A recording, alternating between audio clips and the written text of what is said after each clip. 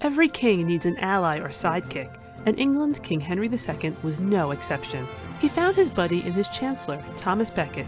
In this episode of Footnoting History, we begin our two-part examination of the 12th century friendship that devolved into conflict, ended in bloodshed, and created a martyr. Hey everyone, Christine here to talk about one of medieval history's most infamous friendships/feuds.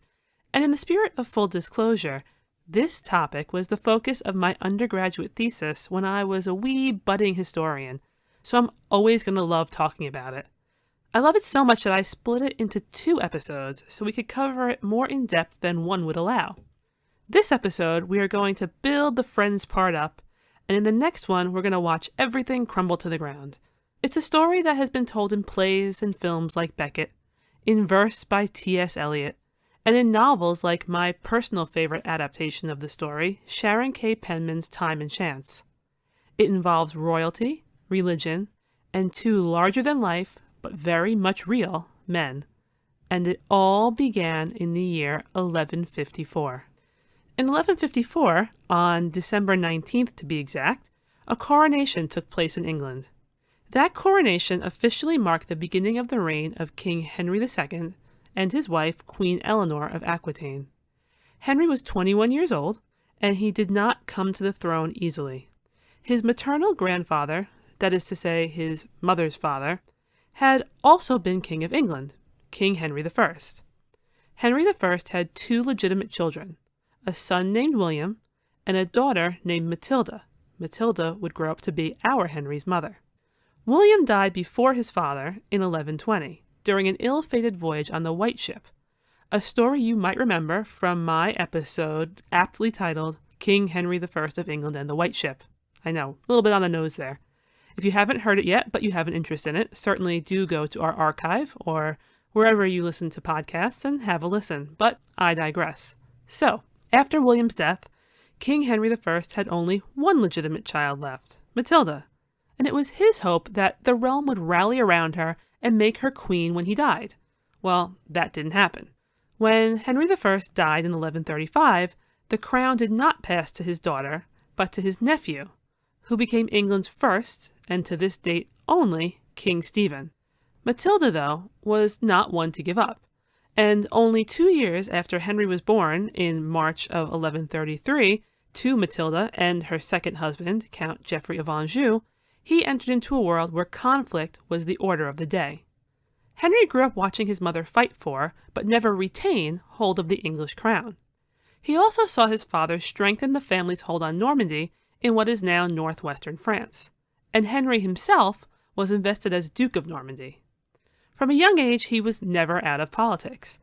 On May 18, 1152, Henry took a bride. This bride was Eleanor of Aquitaine, who just happened to be the newly divorced wife of French King Louis VII. This marriage, of course, did not end Henry's support of his mother's quest to have the throne of England returned to her family line, but by this point, Matilda had reluctantly accepted that she would probably never be Queen of England, so she shifted her focus to having the crown secured for her son. Makes sense, because she wanted to come back into the line even if it wasn't going to be to her. So in 1153, the stars aligned in their favor. Although it was clear that Stephen would reign until the end of his life, once his own son Eustace passed away, and as a side note, no one really liked Eustace anyway, things truly began to favor Henry becoming Stephen's successor and restoring the line to exactly how Matilda and Henry believed it should have been from the start. By the end of the year, negotiations concluded and it was declared that Henry would be the next king, though few could have successfully wagered that Stephen would pass away less than a year after that, and yet that is exactly what happened. And that's why, on the aforementioned December 19th, 1154, Henry and Eleanor were crowned King and Queen of England. What a joyous time! Henry II reached his kingly goal and was ready to set to work asserting his influence and mending a realm that had spent almost 20 years embroiled in a confusing, messy war often referred to as the Anarchy, because that's how bad things got. Almost immediately working at his side was the man who became one of his best friends, Thomas Becket. Thomas Becket's origin story has very little in common with Henry's. Becket was over a decade older than Henry, born likely in December of 1120 or even 1119. His parents were named Gilbert and Matilda, and Gilbert was a property owner in London where Becket was born, and he at one point served as sheriff of the city. Becket was educated to the best extent of his family's ability and eventually developed a love of horses and hawking. However, any high sights that his parents had for him went out the window when the family's properties were destroyed and therefore their finances ruined. This meant that Thomas's plans for the future had to immediately go to a Plan B. Plan B meant getting a job. The first job that was arranged for him was by his father, and it involved serving as a clerk in the banking house of one of their wealthier relations. Becket filled this position for around 2 years until, in 1145, he was able to swing his way out of the banking house and into the much more prestigious household of Theobald, the Archbishop of Canterbury. Now, in the 12th century, the most important Archbishop of the Catholic Church in England was the Archbishop of Canterbury. So Becket essentially went from being the son of a man whose finances were destroyed and who, as a result, saw his prospects vanish, to working for the most powerful man representing the Catholic Church in England. In his position as clerk for Theobald, he was sent abroad to study law, and he went on missions where he got to represent the Archbishop. To his credit, he apparently made a very good impression on Theobald because in 1154, Becket received a promotion. When Theobald had the opportunity to bump his current Archdeacon Roger up to the loftier position of Archbishop of York in northern England, that meant Roger's spot as Archdeacon was empty, and Theobald chose Becket to fill it. The position came not only with increased influence, responsibility, and prestige, but also increased money, as he would be receiving income from a variety of locales over which he became the religious custodian. It also put him in line to meet England's up-and-coming new king. Okay, so much to my personal dismay, and no doubt to the dismay of many other historians who are fascinated by this story, we cannot put an exact date on when Henry II and Thomas Becket first met, so there will be no meet cute here. But we do know that very shortly after Henry II became king, Archdeacon Thomas Becket was made Henry's Chancellor. In this period, being Chancellor meant, as defined by historian W.L. Warren, being Master of the Royal Chapel and head of the Secretariat, which put Becket in a position where he would be the king's confidant, who held the responsibility for taking all of the royal will, aka Henry's will, and turning it into letters, charters, and other written documents. Basically, it was still being a clerk, which was what Becket had been doing for years, just different because it was being a clerk for the King of England. Archbishop Theobald was essential to Becket being put forward for the position, and by the time the year was out, Becket was signing things in his new role and becoming Henry's closest friend. The two must have made an interesting pair. Becket, I mentioned, was over a decade Henry's senior, and he is typically described as having been tall and thin with dark hair and pale skin. He's also attributed with being charming and ambitious, with a serious love and appreciation for dressing in a flashy way and making an impression. On a personal side of things, for what it's worth, there's no known record of Becket ever having a lover, love interest, or desire to marry anyone at any point, and it has generally been accepted that he was celibate.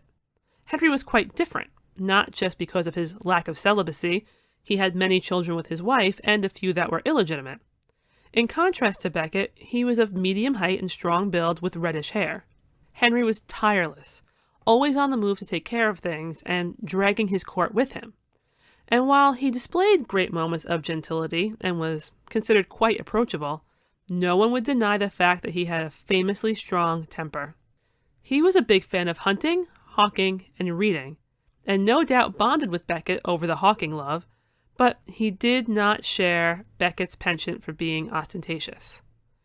Perhaps his most enduringly discussed trait, though, was his absolute need to hold on to all power at all times.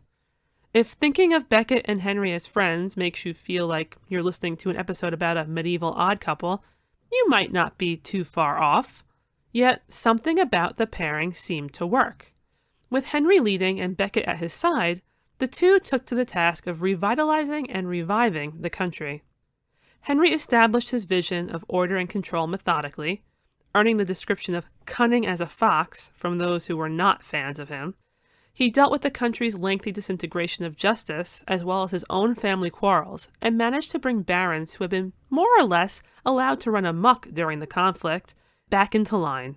And Becket was a big part in all of Henry's actions, both domestic and abroad. A few years into their friendship, both king and chancellor paid visits to the French court in order to carry out political negotiations that would ultimately result in the arrangement of a marital alliance between Henry's eldest son, Henry the Young King, who had his own episode in footnoting history, and the daughter of King Louis VII. It is a great reflection of their odd couple-esque status that, when Henry traveled to the French court, he did so with only a small, for a king anyway, escort, and he had no interest in the grandiose, showy trappings that usually came with royalty. In complete contrast, Becket traveled with the sort of entourage that blew the minds of the French court and became legendary. We're talking hundreds of footmen, greyhounds, mounted knights, falconers, and horses carrying monkeys. In my head, it was kind of like a medieval English version of the song Prince Ali from Disney's Aladdin. You know that one? Yeah, that's exactly how I envision it, but with Thomas Becket instead of Aladdin coming through at the end. Becket, at this point in his life, was a big fan of glamour, and he had no problem partaking in all the benefits of being the king's buddy, and he made a huge impression. When Henry launched a military campaign in Toulouse, a region he wanted to control, but that the French king also wanted, Becket was at the forefront, literally. Not only did he have a major say in arranging the whole ordeal, but it's believed that he took the field, leading several hundred soldiers in the king's name. The archdeacon, who became a king's chancellor, was now also part soldier as well. And in 1161, it became entirely possible that he would add yet another title to his resume. In April of that year, Archbishop Theobald passed away. This meant that the position of Archbishop of Canterbury was vacant, and Henry would have the opportunity to propose somebody to fill it. If you guessed that someone would be Thomas Becket, you are correct. This isn't to imply that it was a rash decision. Despite the near immediate start of rumors that Becket would be chosen, over a year passed between the old archbishop's death and Thomas Becket taking his place. From Henry's perspective, Becket had a lot of things going for him as a candidate, like his possible similarities to Theobald. After all, Becket was raised, in the religious and administrative senses, in Theobald's household. He also had ties to the late archbishop and had been influenced by him. I mean, how could he not be? Theobald was pretty much the main reason Henry even knew Becket to begin with. Henry had really, no reason to think Becket would not do his best in the role of archbishop, and of course they were already really close friends and confidants.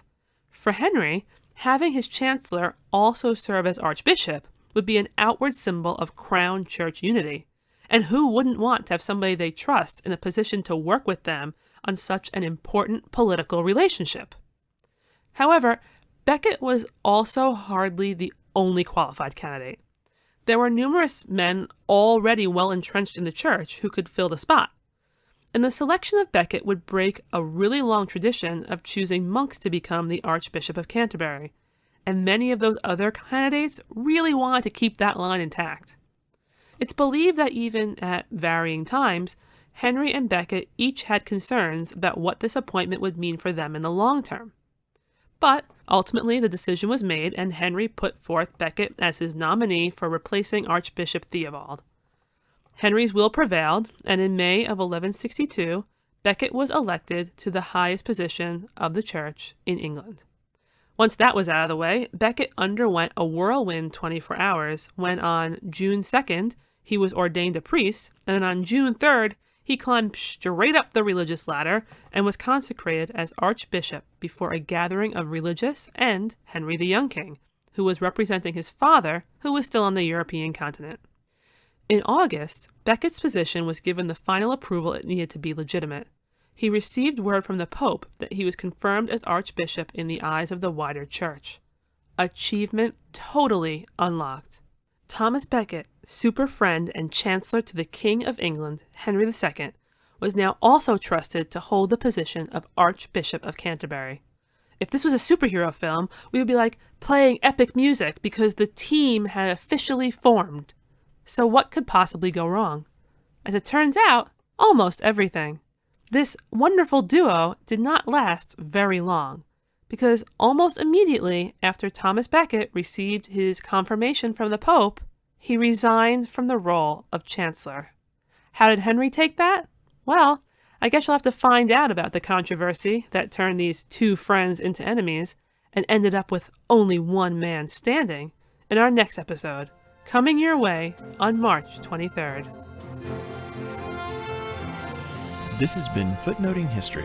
If you like the podcast, be sure to visit our website, footnotinghistory.com, where you can find links to further reading suggestions related to this week's episode, as well as a calendar of upcoming podcasts. You can also like us on Facebook and follow us on Twitter at History Footnote. Until next time, remember, the best stories are always in the footnotes.